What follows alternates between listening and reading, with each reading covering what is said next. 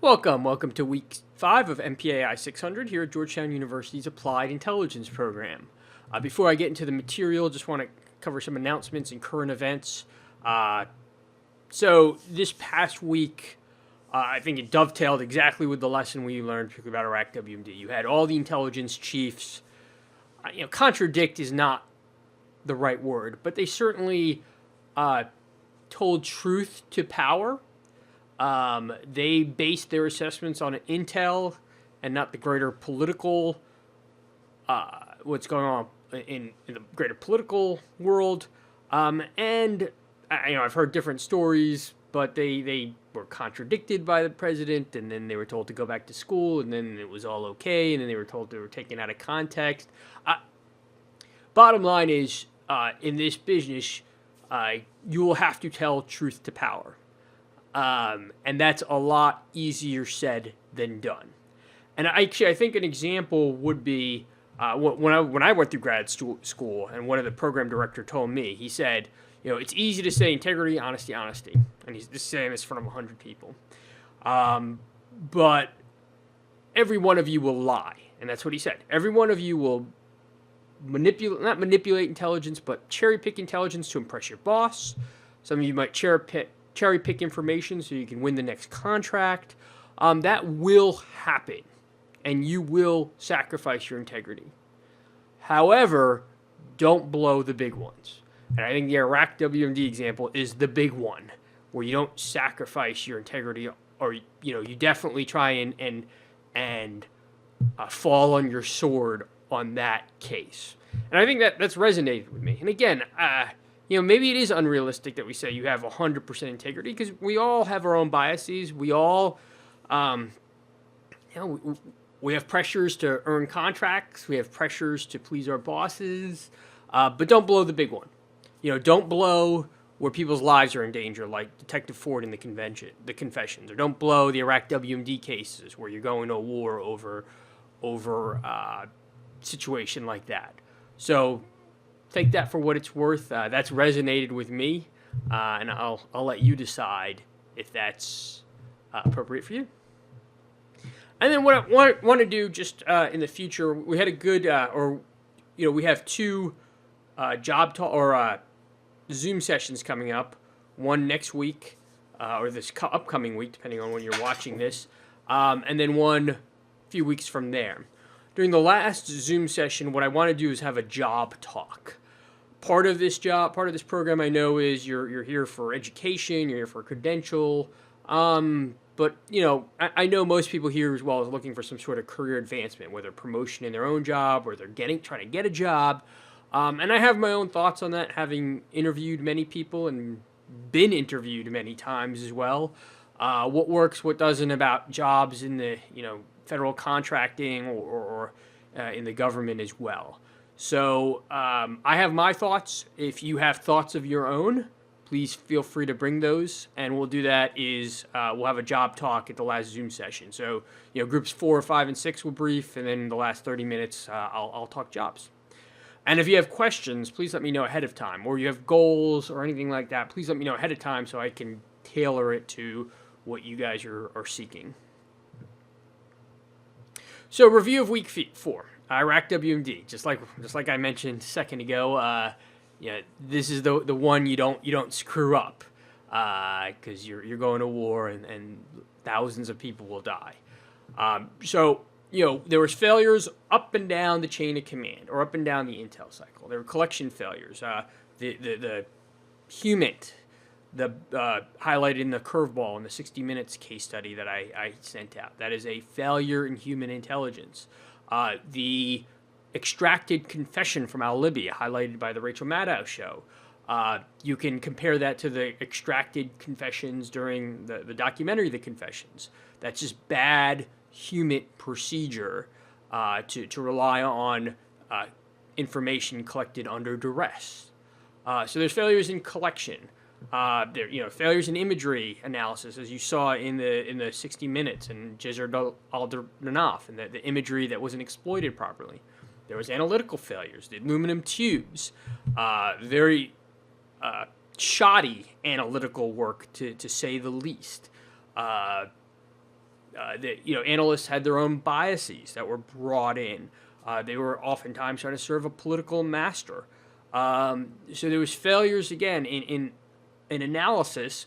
There's also failures in negative evidence, as I brought up in the lectures, where too many people asked the question, "Where is the WMD?" No one asked, if there is WMD, what else should we be seeing? Those are all analytical tradecraft failures that were made at the analyst level. Organizational failures. Again, a lot is made, particularly the Rachel Maddow, that George Tenet was the key interface between the policymakers, and it was up to his biases and his decision that allowed what intelligence flowed to policymakers. Well, if your intelligence organization is based on one guy and his biases and his problems and what his goals are, then you really don't have a very good intel organization. There was also attempts to build different intelligence organizations to bring shoddy intelligence up to the top, circumventing all analytical procedures. Those are all failures in organization. And then the policy interface that's really discussed at the Rachel Maddow show. Was there politicization? What effect did politicization have on intel estimates? Those are the types of issues that were brought up in the Iraq WMD that led to that intel failure.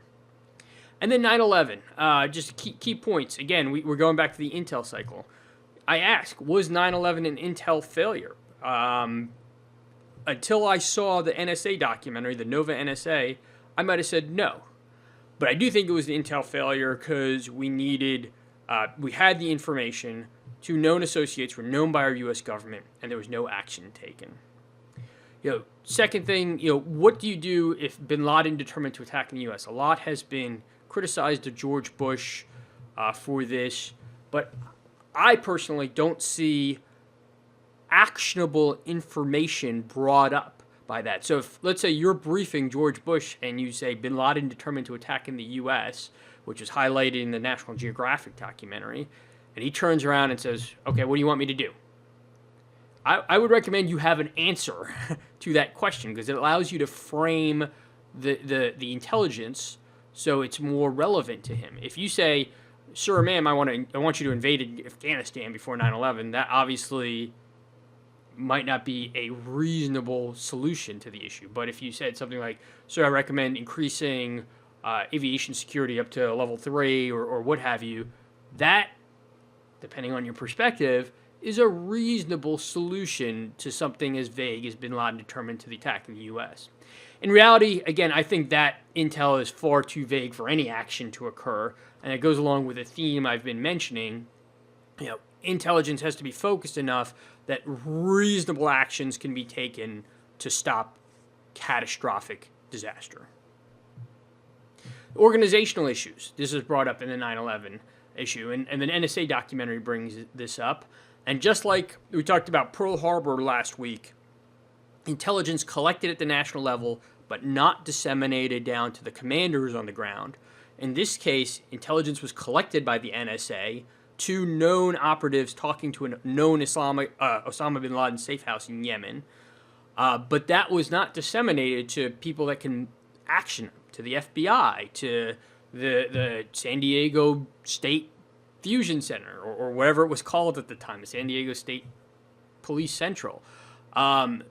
That's a massive organizational failure. You could say it's because of clear or levels of classification. You could say people weren't incentivized to share information, but those are all failures, again, in organization, especially when you have the information at one part of the government and it's not disseminated down.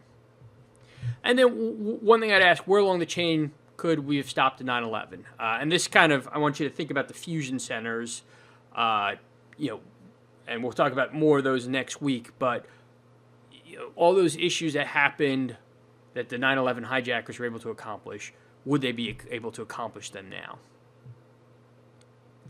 So I want to shift over to some guidance on paper 2. You see that what I'm looking for, it's a strategic paper. And one thing I do say is, choose a case study and go in depth on it. Where was the failure? And you can choose any of the case studies we've discussed in class. I'll even allow you to choose another case study if that's relevant to your work.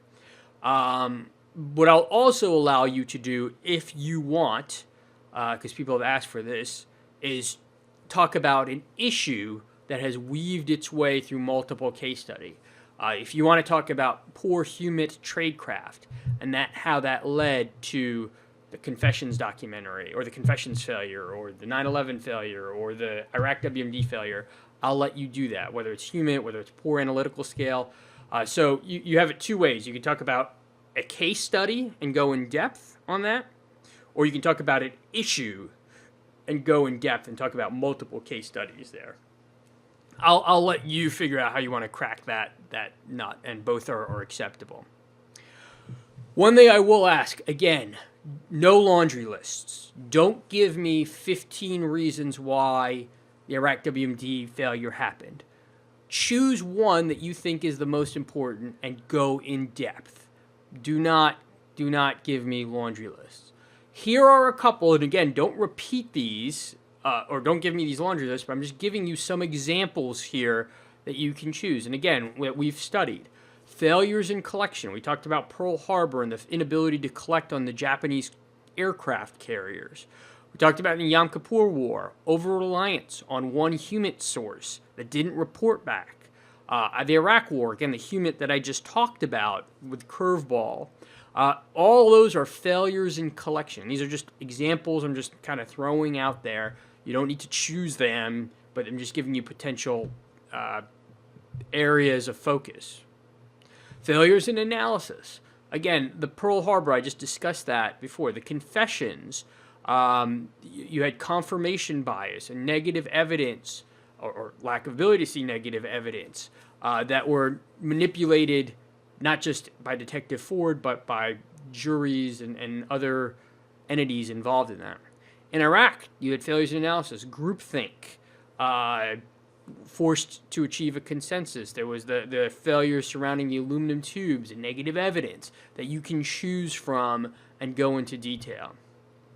Politicization, policy interference. Again, the Iraq WMD case study I just talked about. The Confessions, arguably, there was an inordinate amount of pressure on Detective Ford and the prosecutors in that case to achieve a conviction, which essentially politicized the data out there, made them see things that weren't there. And then 9/11, I just talked about the inability to provide reasonable risk reduction measures to policymakers by the intelligence community. And then organization, I just went through this in detail. So again, the NSA documentary talks about information collected at the NSA level, but not disseminated down to people that can make decisions. Pearl Harbor, as I mentioned, information collected at the federal level, but not disseminated to the commanders on the ground. And then the fusion centers, which are supposed to push federal information down to the lowest level. Would they have worked in the 9/11 case or any of these cases here? So drill down. I can't emphasize this enough. Don't give me a laundry list. Drill down on a couple of issues. You can write a paper on the failures of imagery intelligence in Iraq WMD. You could easily write a paper on that. You could easily write a paper how negative evidence has influenced multiple cases, these multiple intel failures going forward. So please narrow it down and drill down and don't give me laundry lists. And I'll just leave it at that. So unfortunately, and I know I've heard your concerns about a lot of work for this course. I know, and I can sympathize, and I know you're full-time, some of you have full-time jobs, families, but I know at the end of the day, I've got to compress 16 weeks of study in 8 weeks or 7.5 weeks of this course. So you have a paper, and then you also have work too. I know, and if there's issues, if there's major family issues, or anyone is affected by the polar vortex, please let me know. But again, we have to truck on in this course. So week 5, counterterrorism case studies. We're going to look at these intel failures post 9/11. Fort Hood, underwear bomber, Boston, European Union. You have the readings, the Zagart, and the congressional report on the Boston Marathon attack, and then you have the 2 documentaries. And as you're going through it, think, why do we still have these failures? What keeps happening, despite the billions, trillions, depending on how you count it? Do we still have these intel failures going forward? So, if there's any questions or issues, please let me know. I look forward to group 1, 2, and 3 at the Zoom session. And if there's any issues, let me know.